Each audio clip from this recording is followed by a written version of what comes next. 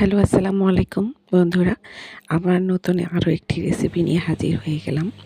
তো এই রেসিপিটা আসলে খুবই চটজলদি তৈরি করে নিতে পারবেন বিকেলের নাস্তার জন্য। বাচ্চাদেরও খুব ভালো লাগবে।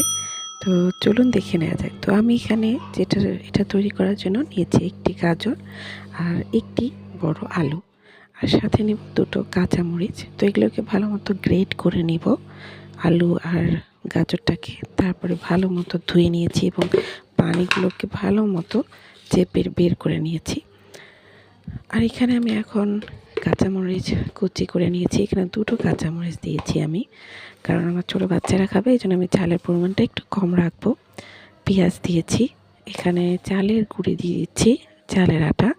এখানে ২ চামচের মতো চালের আটা দিচ্ছি, সাথে ১ চামচ হলুদ গুঁড়া, ১ চামচ মরিচ গুঁড়া।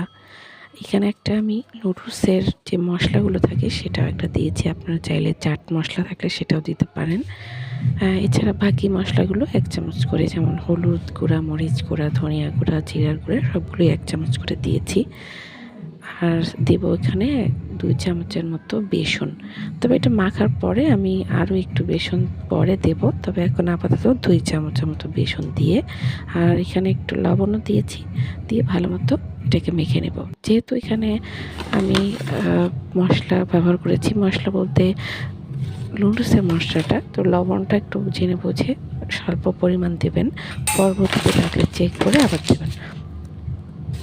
তো এইগুলোকে এখন ভালো মতো মেখে আমি একটা শেপ দিয়ে নিয়েছি গোলাকৃতির, তারপরে এভাবে ভেজে নিয়েছি। তো আপনারা যে কোনো শেপেরই বানাতে পারেন, লম্বাটে আকৃতির বা গোল বা বলের মতো করে নিতে পারেন। তো আমি এখানে কাবাবের আকৃতি দিয়েছি এবং এগুলো ডুবো তেলে ভেজে নিচ্ছি। তো হালকা বাদামি হলেই আমি এগুলোকে নামিয়ে নেব। তো এটা একটু ট্রাই করে দেখবেন, আর আশা করছি আপনাদের অনেক ভালো লাগবে। খেতে অনেক সুস্বাদু হয়েছে, আর বাচ্চারা অনেক পছন্দ করেছে। তো